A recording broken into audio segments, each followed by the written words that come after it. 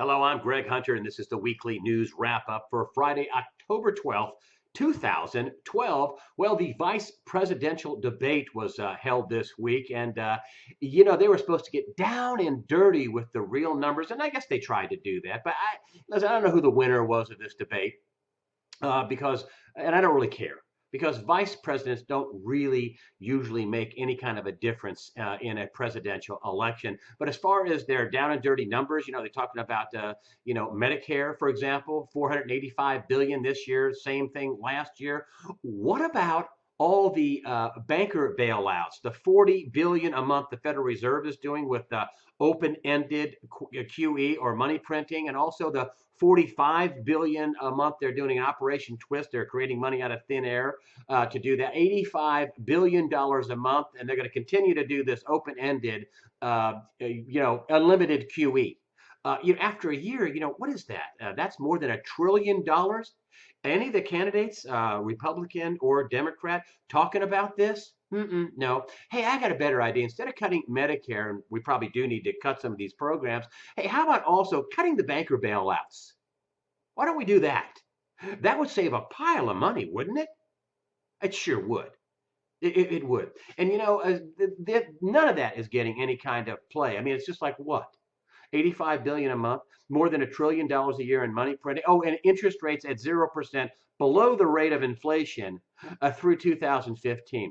Uh, you know, uh, the, the candidates get plenty of help because with the mainstream media because they don't bring any of this up. As a matter of fact, here's some analysis from yesterday's USA Today. This is really quite unbelievable analysis. Recovery beginning to look normal. The re- the recovery is beginning to look normal, folks. Of course, what's normal about 85 billion a month and 0% interest rates as far as the eye can see? I just got to read the last of this analysis, which is, I think, wackadoodle. And it says, he sums it up by saying the most unconventional tale of this downturn, from near collapse to protracted and slow recovery marked by the Fed pouring trillions of dollars into the economy, may prove to have a fairly ordinary ending. Meaning we can have 0% interest rates below the rate of inflation for the next 3 or 4 years, and we can print $1 trillion a year, and there's no downside. Really, it'll be a fairly, ordinary recovery. Really, a fairly ordinary. Let me tell you what rich people are doing. They are pouring money into hard assets. At the top of the list, gold and silver. On Monday, I'll have an expert, a guy I've known for 25 years. His name is Tom Cloud, and he has a couple of thousand high net worth clients. He's going to talk about that some of them are putting as much as 45 to 50% into gold and silver and other hard assets. We'll talk about that coming up on Monday. Also, one little side note in terms of this recovery, the IMF said this week there's an alarmingly high risk of a much deeper worldwide downturn. Alarmingly high risk. Does that sound like the IMF thinks there's a recovery? Yeah, no. No.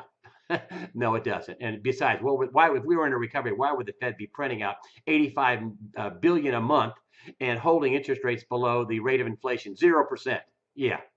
Some other stories not getting much attention in the mainstream media, and I think they are frightening with some disastrous consequences if they spin out of control. Numero uno is the Turkey-Syrian border conflict. They're trading artillery rounds and mortar rounds across the border. And, back in June, the Syrians shot down a Turkish aircraft, a reconnaissance aircraft. And just this week, Turkey forced a passenger plane heading out of Russia. They're going to Syria. They forced it down into their capital, Ankara, to search for weapons and munitions. And hey, according to Turkey, they found them. Boy, that's going to settle things down, forcing people's airplanes down into your capital so you can search them. Uh, whew. Next up, another story didn't get a lot of play. Leon Panetta, the defense secretary, is sending troops to Jordan. That borders the south of Syria. And he's doing that because, they need to bolster the Jordanian military, work with the refugees leaving Syria, and also try to contain that violence. Let's see, the U.S., NATO country in the south, Turkey, NATO country in the north. I'm sure we have, plenty of military hardware floating out there on ships like aircraft carriers in the Mediterranean. Wow, we just about have them surrounded. That's going to settle things down. Wow, what could go wrong? Listen, folks, the situation in the Middle East, particularly the Middle East and also North Africa, Israel, Iran, Syria, Turkey, Jordan, the whole ball of wax, is a king-size colossal mess. There are no peace talks going on. They broke those off. There are no peace talks going on. None.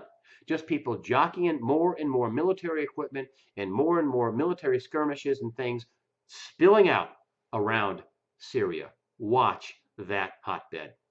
That's the way I see it. I'm Greg Hunter. Thank you for supporting USAWatchdog.com.